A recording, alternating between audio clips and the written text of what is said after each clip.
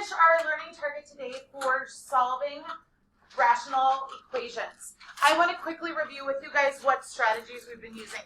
So on strategy 1, we've had, can you get it to be a fraction equals a fraction?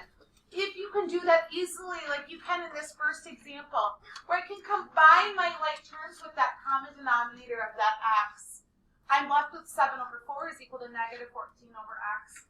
And I can then use cross multiplication to solve this equation.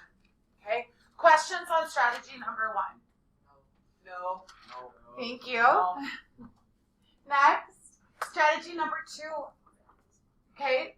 So this is the one where we got a common denominator for all of our terms. So we had 1, we made it a fraction, 1 over 1, minus 8 over x minus 5 is equal to 3 over x. And we got that common denominator of x minus 5 times x. Once we got common denominators, and what we did to the bottom, we did to the top, we could cross off that common denominator, and you can see we were left with this expression right here, or this equation. Okay, so then we simplified it. We saw that we were left with a quadratic. And I reminded you, we do need to check for extraneous solutions, which we did have. 15 was an extraneous solution when you plugged it back in. Any questions on strategy number 2? Okay, now we're going to get to strategy number 3. Please write down strategy number 3 and the problem, and then I'll show you how to do it.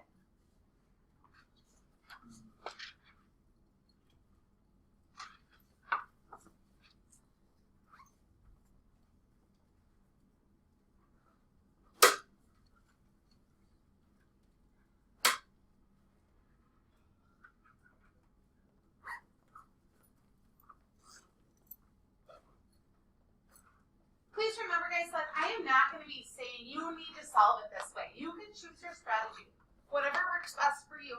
So over the next couple days, make sure you are practicing a couple of the strategies and see which one does work out best for you. Okay?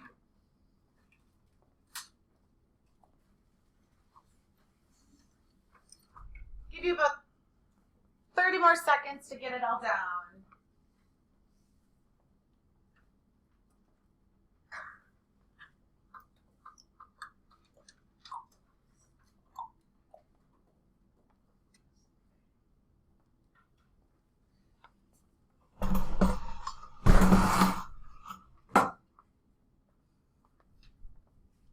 Okay, so I have 6 over x minus 3 plus 4x over x plus 3 is equal to 8x squared over x squared minus 9. Put your teacher hat on. What is the first thing someone might want to do with that last fraction?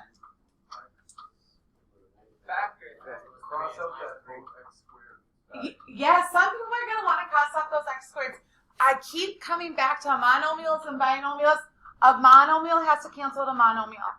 A binomial, 2 terms that are being added or subtracted together, has to cancel out another binomial. You cannot break a binomial up to cancel it out. And I keep coming back of it, and some of you may say, she keeps saying it, but I've been teaching this course many years, and people make that mistake every year on a test, regardless of how much I seem to say it. Okay, so please keep writing that on your brain. Okay, I heard a couple other people say with that last fraction, what can I do with the denominator? Split it up, and then there'll be a common denominator. Okay, so I'm going to factor our denominators always. When we're using this strategy or any strategy to get a common denominator, you do need to factor your denominators first. Always.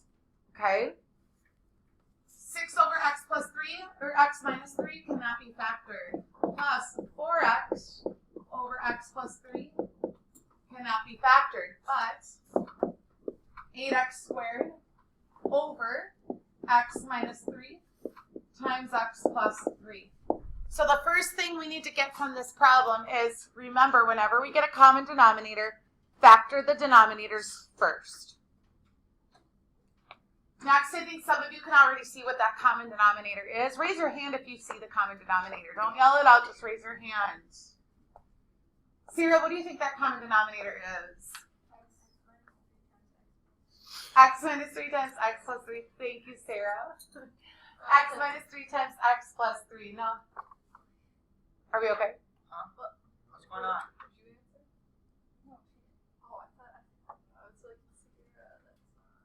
It's all good. It's all good. So x minus 3 times x plus 3 is the common denominator.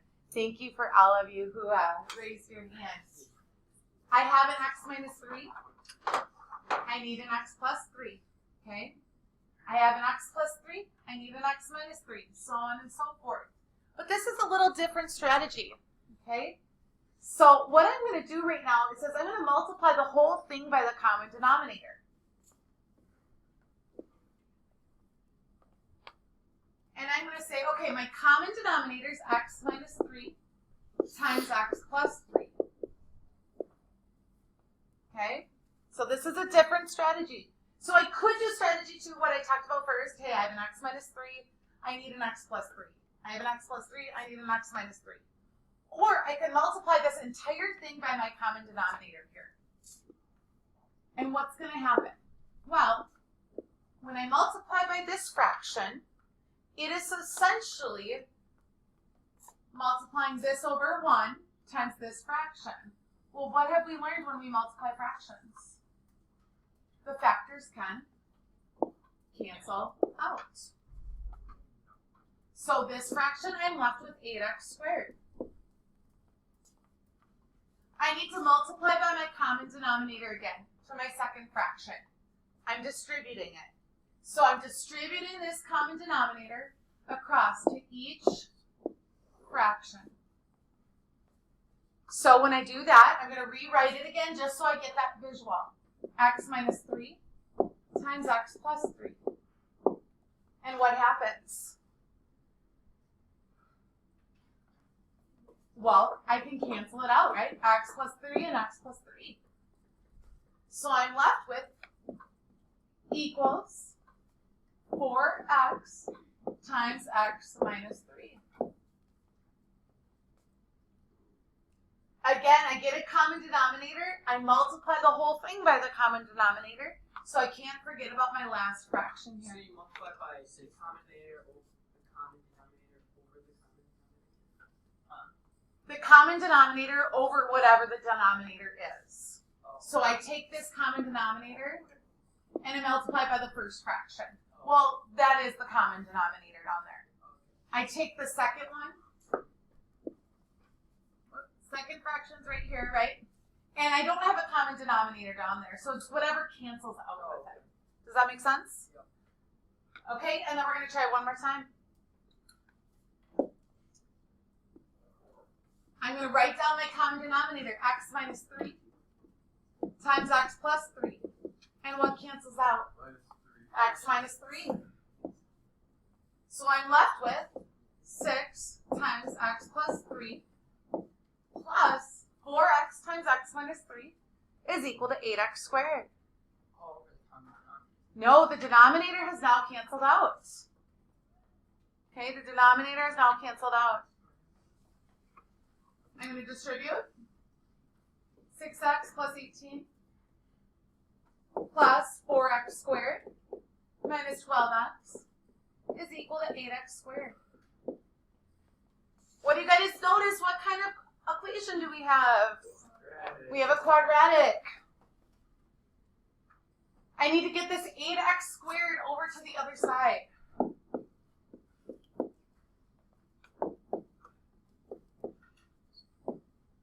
I have negative 4x squared. I need to combine my like terms. 6x and negative 12x. Minus 6x minus 6x plus 18 equals 0. What do you notice about, are we okay? Yeah, it's 12x squared. It's 4 plus x. Okay, so where did I... Oh, wait, you have to subtract the 8x. Okay, so the question is right now, where did I get the negative 4x squared? Okay, and where I got the negative 4x squared was when I simplified this expression right here. Okay, I was left with this expression, right? And now what I need to do is I need to get this expression equal to 0. And why do I know that? Because I have a quadratic. And so I took this 8x squared here and I subtracted it. And I have to do it to the like term right here. And why did I cross that one off? Because I'm putting it in what? What kind of form is this? Order, which is standard form. Okay, so it's right here. Is that okay now? Do we understand where we got it? Okay, what else do you notice about my leading coefficient here? It's negative. And what did I instruct you to do when you have factor out a negative? Is there anything else we can factor out? -2. -2. So let's do it.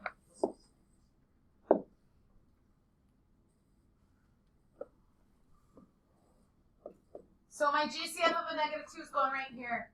-4 over -2 is a positive 2x squared plus 3x minus 9 is equal to 0.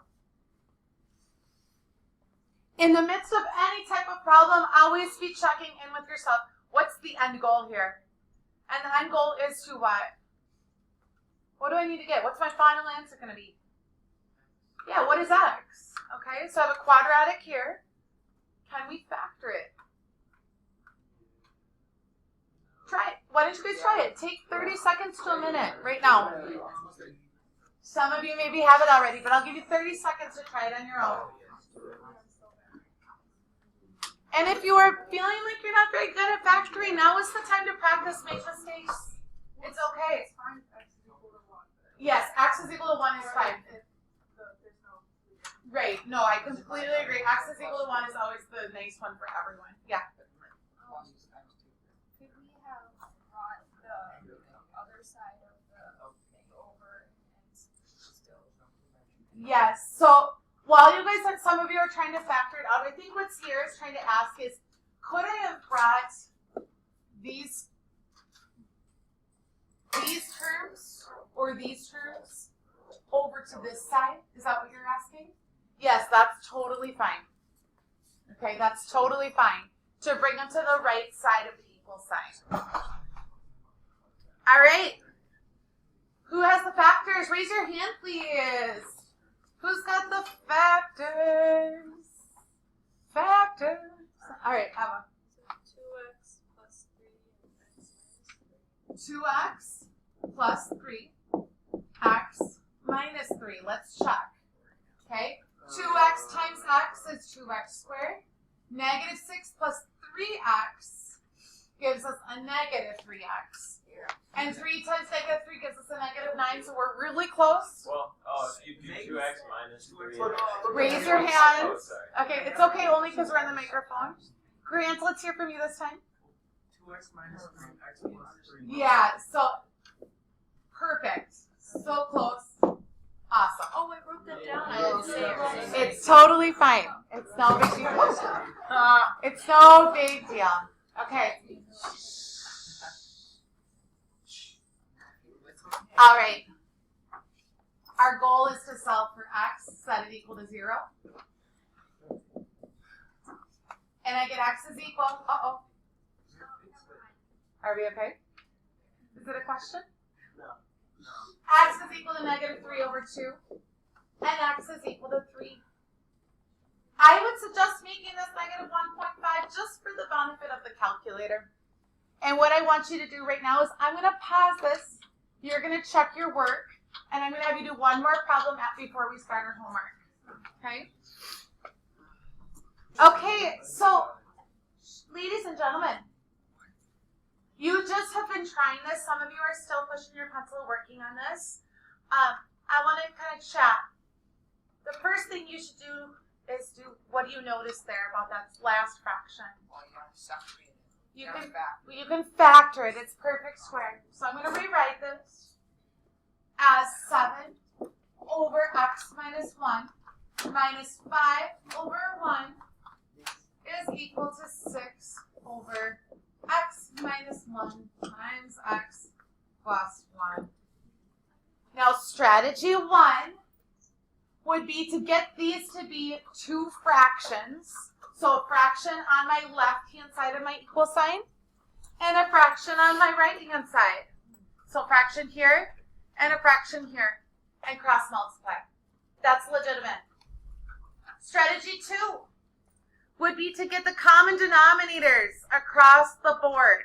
So here I would need an x minus 1 and an x plus 1. And what do I do to the bottom? I do to the top. And this fraction, what would I need? X plus 1. So what I do to the bottom, I do to the top.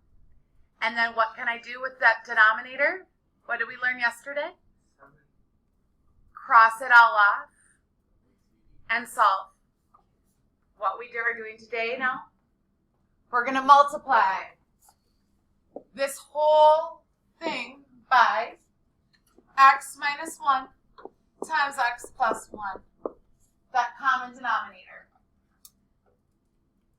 When I multiply by this fraction, okay, so I take this common denominator times x minus 1 times x plus 1.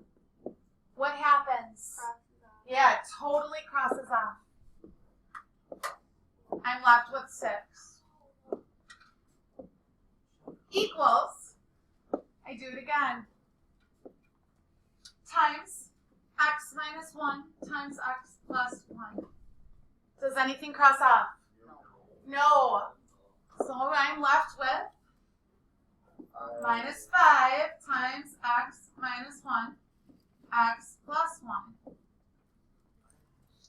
Okay? Times, by the common denominator, x minus 1 times x plus 1. What happens? Cross off the x minus 1. I'm left then with 7 times x plus 1 minus 5 times x minus 1 times x plus 1 is equal to 6. Check your work. Do you have that so far? Are there any questions? The end game is to get an x. So let's do that now. I'm going to distribute. Check your work. Do you have this? 7x plus 7. I know I can do this several ways. So I want to simplify this right here. I can do one of two things. I can either put the negative 5 here and then distribute, or FOIL. I know some of you don't like that FOIL word. But I also know that what is x minus 1 times x plus 1? X squared. X squared minus 1. So negative 5 times x squared minus 1 might be easier route to go. Okay? And so that's going to give me negative 5x squared, what? Minus 5. Plus 5. Thank you. All right. So far, are we okay? Did anyone choose to do like negative 5 times x minus 1 first? That's okay. And then you just have to multiply that binomial times x plus 1. Okay, no problem though. And then finally is equal to 6. I have a quadratic. So what am I going to do? Yeah, I'm going to subtract 6 so I can get it. What's the reasoning there? What about the negative 5? Yep, so what I'm going to do is I'm just going to factor out the negative. Okay? You can move everything to the right-hand side if you'd like. To me, that's doing a lot more work, though. Because now all of a sudden I'm subtracting 7x, subtracting 7, adding 5, subtracting 5. Dividing it out by negative. Megan, what? Okay, no, I see what you're saying. What is your question, Megan? I mean, if they're already equal, you can just switch the sides without changing them to positive. Huh? From left to right, it doesn't matter if they're positive or negative. Do you mean if you bring it across the equal sign? Yeah. Oh yeah. Like just, and then switch the sign when you go over it. You don't Right, right. It's still just, in my opinion, a little more work. But you guys, I'm not judging your method on how you're going about this. Okay? No, I hope that's a joke, because I'm not. It doesn't matter. I'm just saying what makes sense, you know. Okay, let's keep cruising here. I have negative 5x squared. Okay? 7x can't go with anything. 7 plus 5 12 is 12. 12. minus 6. Is equal to 6. And then I'm going to subtract the 6. Let's keep our comments low here. Negative 5x squared plus 7x plus 6 is equal to 0. Now what am I going to do? Quadratic formula. Well, No, you're first I'm going to take what? Take the negative out. Yeah, first I'm going to factor the negative. So negative 1 times 5x squared minus 7x minus 6 is equal to 0. Do I need the quadratic formula here? No. I think it's factorable. One thing I like about 5 is it's prime. So we know if we factor this, it has to be negative 1, 5x, and x. And then 6 is either 3 and 2 or 6 and 1. Okay? 6 is either 3 and 2, Wouldn't it be 2 and 3. No, it's negative 2 and positive 3. I think it's like this, right? We need 10, and 3 will give us 7. How do we get that 7 then? Well, we need a negative 10 and a positive 3, correct? Yeah. Okay. And then I take this and I say 5x plus 3 is equal to 0, and x minus 2 is equal to 0. I think I'm right? Okay. And I get x is equal to negative 3/5, and x is equal to 2.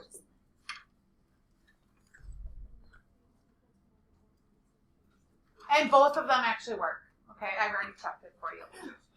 All right, 10 minutes of work time. Your worksheet today. Oopsie.